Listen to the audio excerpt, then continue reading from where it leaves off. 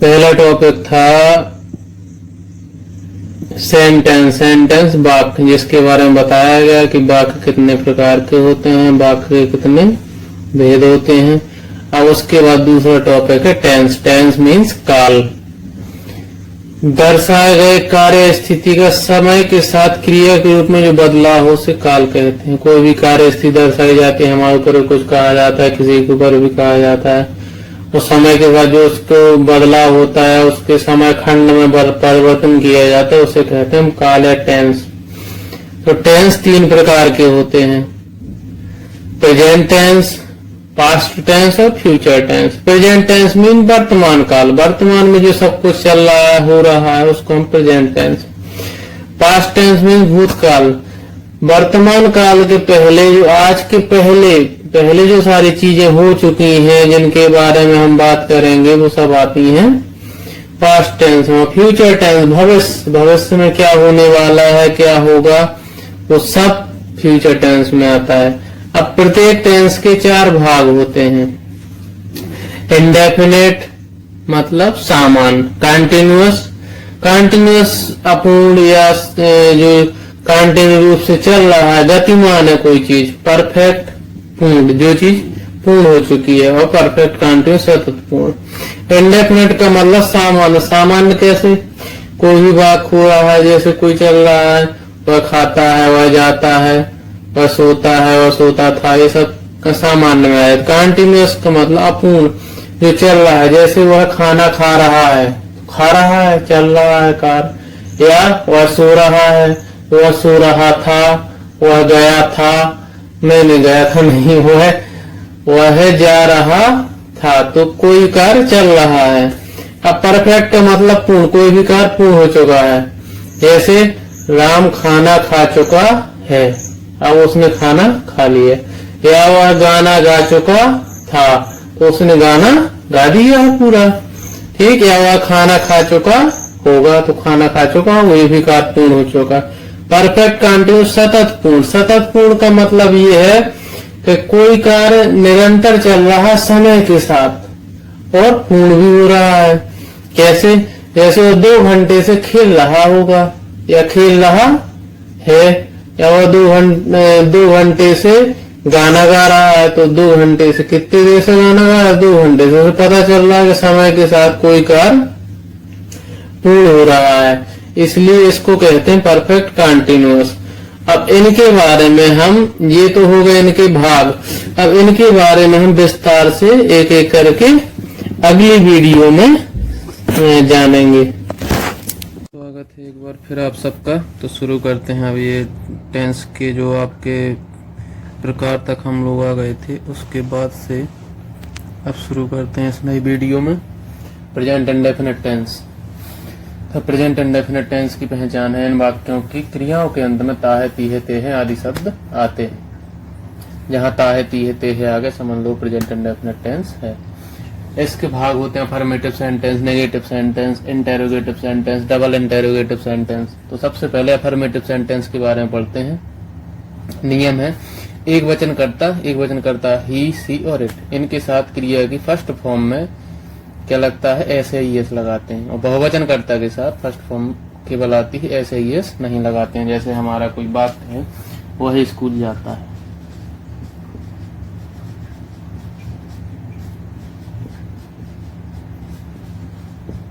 तो हम पहचानेंगे कैसे जी, ताहे तीहे आगे समझ लो प्रेजेंट इंडेफिनिट टेंस है।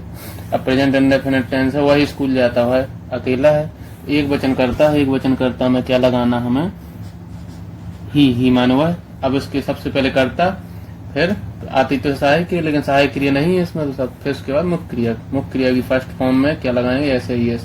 तो जाना होता है गो माने, ही गो, इसमें आएगा E S, goes to school, SCH। अगर दूसरा वाक्य हम ले लेते हैं, हम खेलते हैं,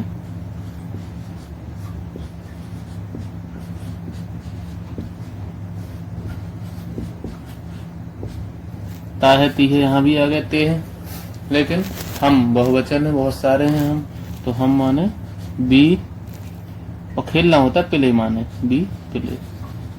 बहुवचन में केवल क्रिया की फर्स्ट फॉर्म, ना ऐसे ही है नहीं लगेगा। ये यहाँ पे अफर्मेटिव सेंटेंस। और बाकी इसके बाद आप वाक्य बना सकते हैं अपना, या फिर होमवर्क में भी कर सकते हैं बाकी कार्य। अब आता है नेगेटिव सेंटेंस, नकारात्मक वाक्य।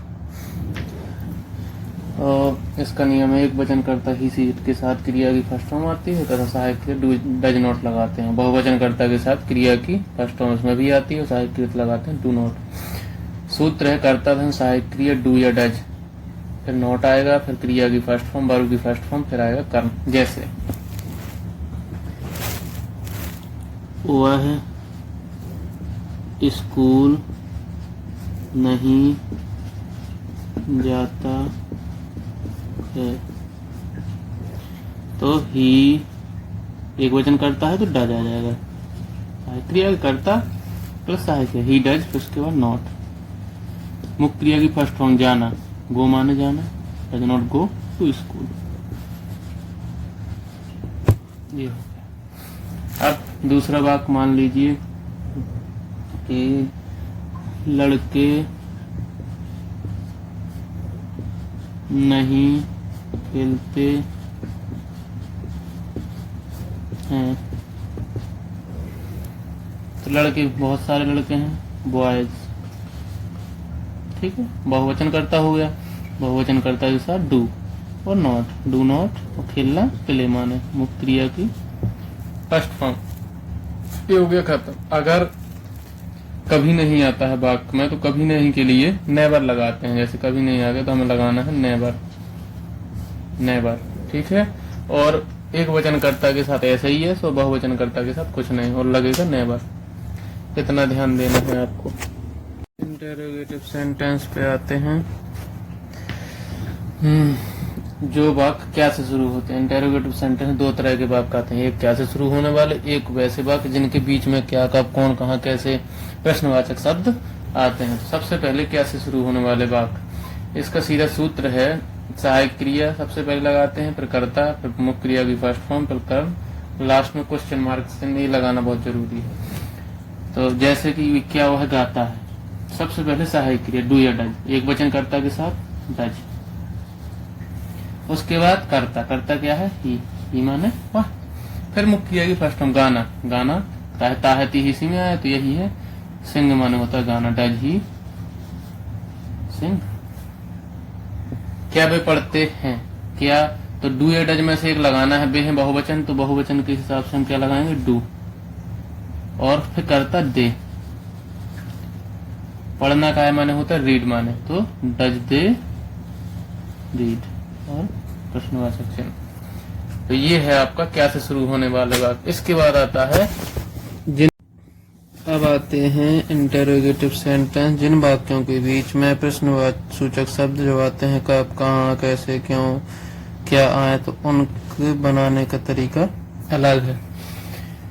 इसमें सूत्र पढ़ते हैं हम, प्रश्न सूचक शब्द की अंग्रेजी, फिर सहायक क्रिया डू या डज, फिर कर्ता, फिर मुख्य क्रिया की फर्स्ट फॉर्म, फिर कर्म।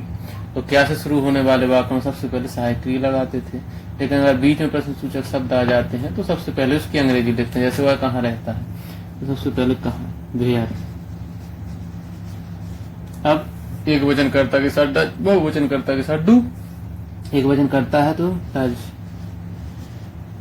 नियम के अनुसार, फिर सहायक क्रिया उसके कर्ता ही, उसके बाद रहना, लिव माने रहना, वेयर डज ही लिव, ठीक है। तुम क्यों खेलते हो, तो सबसे पहले क्यों, क्यों की अंग्रेजी वाई। उसके बाद सहायक क्रिया बहुवचन करता है तुम, डू, वाई डू, फिर यू माने तुम और प्ले माने खेलना, वाई डू यू प्ले। तो यहाँ प्रेजेंट इंडेफिनिट टेंस कंप्लीट हो जाता है। इसके बाद आता है पास्ट इंडेफिनिट टेंस, तो उसके बारे में अगली वीडियो में पढ़ेंगे। तब तक के लिए धन्यवाद।